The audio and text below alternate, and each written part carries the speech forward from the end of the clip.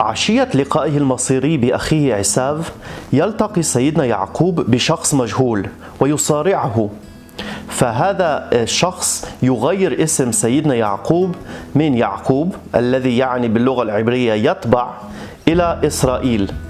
فما معنى هذه القصة الغريبة؟ وما معنى اسم إسرائيل؟ ثم هل صرع سيدنا يعقوب الله كما يدعي البعض؟ ثم كيف أطلق على اسم الدولة العبرية اسم إسرائيل؟ خليكم معي.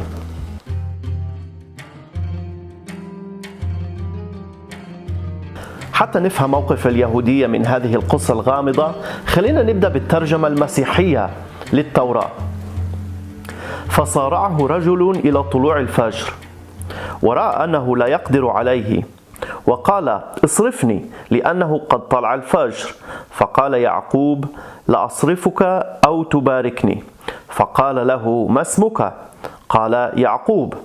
قال: لا يكون اسمك يعقوب فيما بعد، بل إسرائيل، لأنك صارعت الله والناس فغلبت. وسمى يعقوب المكان فنوئيل، قائلا: إني رأيت الله وجها إلى وجه ونجت نفسي. هذه الترجمة المسيحية لهذه الآيات في سفر التكوين الإصحاح 32. الآن خلينا نطلع على الترجمة العبرية للحخام ابن القرن العاشر سعيد الفيومي أو سعاديا جاون باللغة العبرية. قال له: ما اسمك؟ قال: يعقوب. قال: لا يسمى اسمك أبدا يعقوب فقط، إلا إسرائيل، لأنك ترأست عند الله وعند الناس وتقت ذلك. فسمى يعقوب اسم الموضع فنيئيل، قائلا: إني رأيت ملك الله شفاها وتخلصت نفسي. واضح من الفرق بين الترجمتين أن بخلاف الترجمة المسيحية فاليهودية تبعد التجسيد عن الله عز وجل، وتعتبر هذا الشخص ملاك أو مخلوق إلهي، ولكن ليس الإله. ولكن هناك فرق آخر في الترجمتين، وهو أن كلمة سغيتا في التعبير سغيتا إم إلهيم لا تعني صارع أو جاهد، وإنما تعني ترأست. فالكثير من المفسرين عندنا يفسرون هذه الآية: أنت ترأست أو كنت في مستوى واحد مع الملائكة.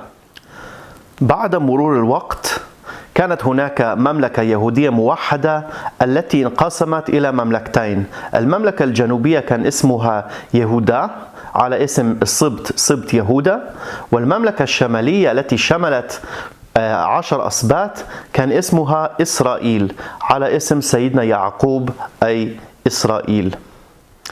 في القرن العشرين، عشية الإعلان عن الدولة العبرية في عام 1948، اجتمع رؤساء المجتمع اليهودي هنا في هذه البلاد وناقشوا اسم الدولة العبرية الوشيكة. الحاضرين في الاجتماع ناقشوا العديد من الأسماء، منها صهيون أو تسيون، منها يهودا، منها عبر أي عبري، ومنها إسرائيل. في النهاية وافق دافيد بن غوريون أول رئيس حكومة في إسرائيل على اسم إسرائيل. لماذا؟ لأن كلمة صهيون أو تسيون هي كلمة خاصة لجبل أو لمدينة القدس وللجبل موجود فيها. كلمة يهودا هي منطقة جغرافية في جنوب أرض إسرائيل أو فلسطين، كان موجود فيها سبط يهودا، ولكن في تلك الفترة هذه المنطقة كانت تحت سيطرة أردنية في الضفة الغربية، منطقة القدس والمناطق الجنوبية.